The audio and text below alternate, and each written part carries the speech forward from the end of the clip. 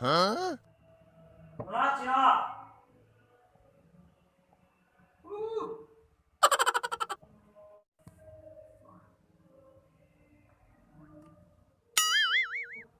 Em khen nó.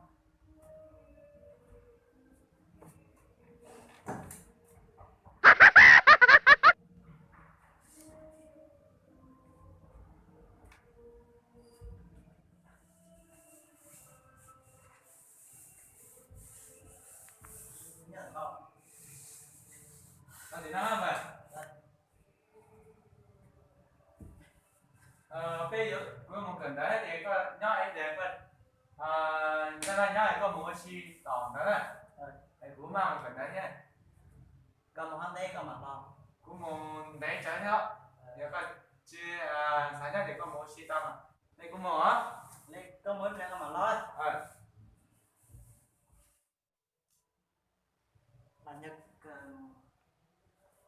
chúng chưa xí xế.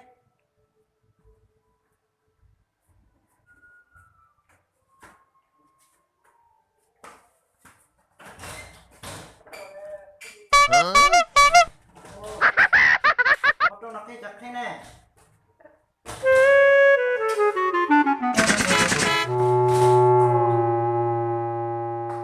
Cái chặt thế nè. Ui. Ui. Thêm nói là sao? Nó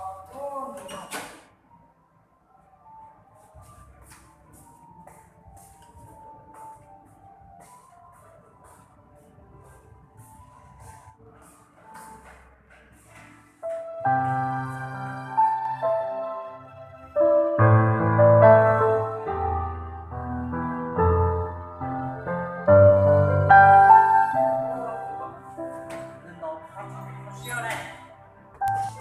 Ô, lịch từ này. Thấy không? Ô, chặt chỉ con bà lên. Oh no! Mình chỉ là chỉ. Yahoo! Cái tin nó có còn trong mâm mà. Ôi, nó tin không? Bút không thêm được coi cao rồi. Ê, cao lo. Cao lo. Rồi rồi nè. Hả? Ô, coi chị coi à. Có cái còn cao đấy. Ô, coi chị cũng con lồ chứ là chiều cũng con cao lồ đó. Sao sao sao sao.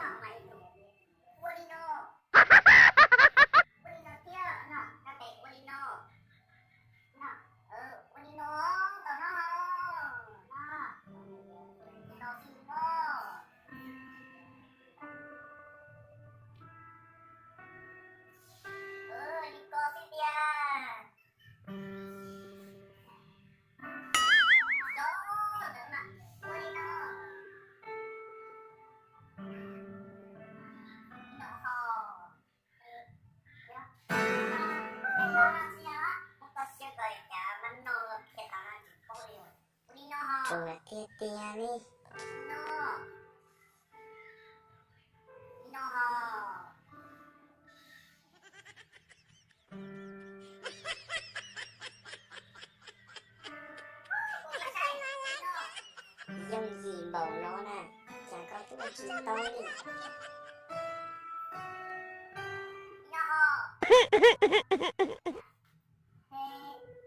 Con chó ba có cái khe cú này có mấy nhỉ?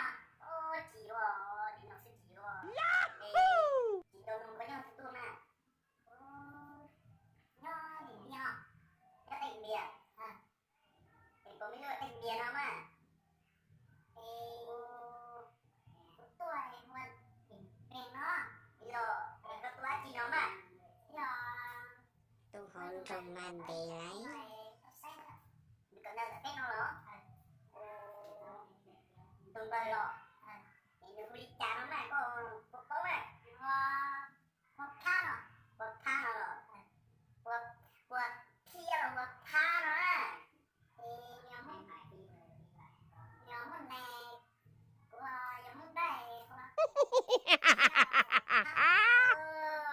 mình có bên nhà thiên cái vừa kia tham là vừa tha rồi hò giờ mà thì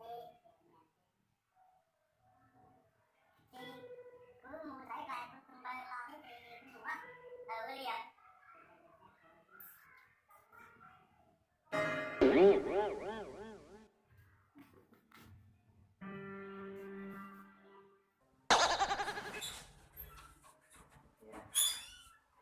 muốn có xiên đời chỉ bóp kia thế này Thì nó tiền mua mà xin nè.